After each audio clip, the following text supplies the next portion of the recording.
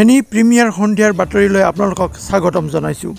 চাহ জনজাতি জাতীয় সন্মিলনীয়ে জাতিগত প্ৰমাণপত্ৰ প্ৰদান নকৰে। ৰিপোৰ্ট সংবাদমেল যোগে সন্মিলনৰ মন্তব্য। চাহ জনজাতি জাতীয় সন্মিলনী অসমৰ কাৰ্বি আংলং জিলা সমিতিয়ে আদিবাসীৰ নামত কোনো জাতিগত প্ৰমাণপত্ৰ প্ৰদান নকৰে। সন্মিলনী গঠন হোৱাৰ পিছত যিসকল প্ৰকৃত আদিবাসী লোক তেওঁলোকক চিনাক্ত কৰি আৰু তেওঁলোকক প্ৰমাণপত্ৰ প্ৰদান কৰিব লাগে বুলিহে প্ৰশাসনৰ ওচৰত আৰ্জি পেছ কৰা হৈছে।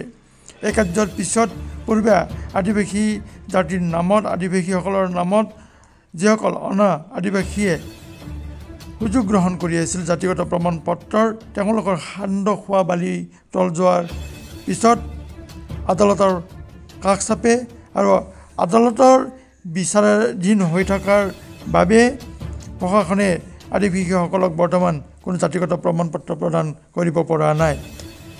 আদিবাসী ছাত্ৰ সন্থাই কৰা অভিযোগৰ প্ৰত্যুত্তৰত এই মন্তব্য প্ৰদান কৰিছে চাহ জনজাতি জাতীয় সন্মিলনীৰ সভাপতি ৰাজকুমাৰ চটনামীয়ে।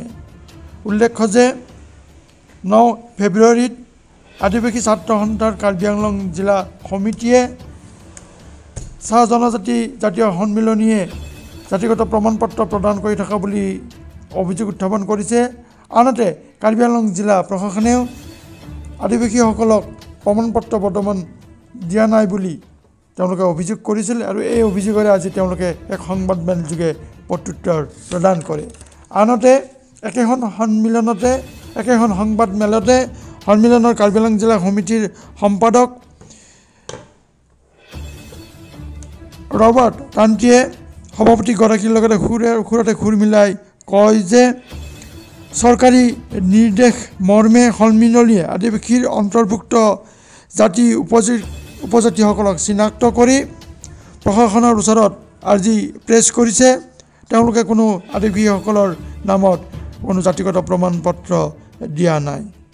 আমি দুয়োগৰাকী সন্মিলনৰ নেতাৰে মন্তব্য আপোনালোকৰ ওচৰলৈ আগবঢ়াই দিছোঁ।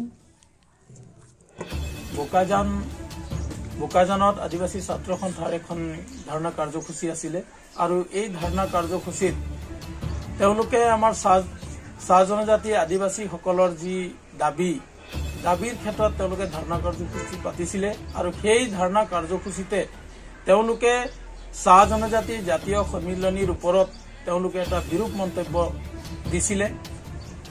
তেওঁলোকে জাতীয় সন্মিলনীৰ নামত আমি নিজাববীয়াকৈ চাহ জনজাতি TNXT ট্ৰাইব কাৰ্ড চাৰ্টিফিকেট বিতৰণ কৰা বুলি ছাত্ৰ নেতাগৰাকীয়ে কালি মন্তব্য দিছিলে। কিন্তু আমি স্পষ্ট কৰি দিব বিচাৰো চাহ জনজাতি জাতীয় সন্মিলনীয়ে আমি যিদিনাৰ পৰা দায়িত্ব পাইছো আৰু সেই দায়িত্ব পোৱা দিনৰ পৰাই আমি চাহ জনজাতি জাতীয় সন্মিলনীত তথা কাৰ্বি আংলং জিলাত 108টা জাতিক লৈ আমি চিনাক্তকৰণৰহে কাম কৰিছো। চাহ জনজাতি জাতীয় সন্মিলনীয়ে কোনো কাৰ্ড চাৰ্টিফিকেট নিদিয়ে, তেওঁলোকে নিজাববীয়াকৈ চহী নকৰে বা কাৰ্ড চাৰ্টিফিকেটত চহী কৰা তেওঁলোকৰ অথৰিটি নাই। চাহ জনজাতি জাতীয় সন্মিলনী কেন্দ্ৰীয় সমিতিৰ নিৰ্দেশ মৰ্মে গোটেই অসমত চাহ জনজাতিসকলৰ এই 108টা জাতিক আমি কেনেকৈ চিনাক্তকৰণ কৰিব পাৰি তাৰ বাবে এই সন্মিলনীখন গঠন কৰা হৈছে। আৰু এই সন্মিলনীত আপোনালোকক দেখুৱাব বিচাৰিছো আমাৰ আদিবাসী ছাত্ৰ সন্থাৰ নেতাজনে কালি তেওঁলোকে দেখুৱাইছিলে যে আমি চাহ জনজাতি TNXT ট্ৰাইব বুলি কাৰ্ড চাৰ্টিফিকেট দিওঁ বুলি আপোনালোকক দেখুৱাইছিলে প্ৰেছ মিডিয়াৰ যোগেদি।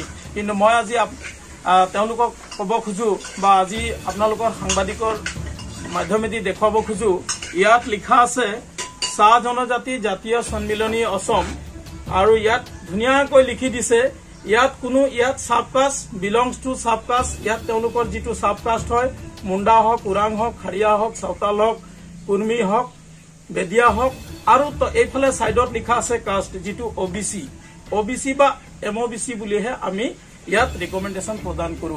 ইয়াতে এয়া চাৰ্টিফিকেট এই চাৰ্টিফিকেট আমি অনলাইন যোগেদি ৰিজেক্ট কৰাইছো।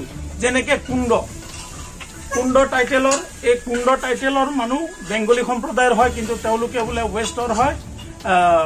কলিকতা সাইডৰ আমাৰ চাহ জনগোষ্ঠীৰ মানুহ কুণ্ড লিখে বুলি তেওঁলোকে ভুৱা কাৰ্ড চাৰ্টিফিকেট উলিয়াই লৈছিলে। ইতিমধ্যে ডিচি বাইদেউক আমি লগ কৰি এই অনলাইন যোগেদি যিবিলাক কাৰ্ড চাৰ্টিফিকেট পাইছিলে এইটো আমি কেঞ্চেল কৰাইছো।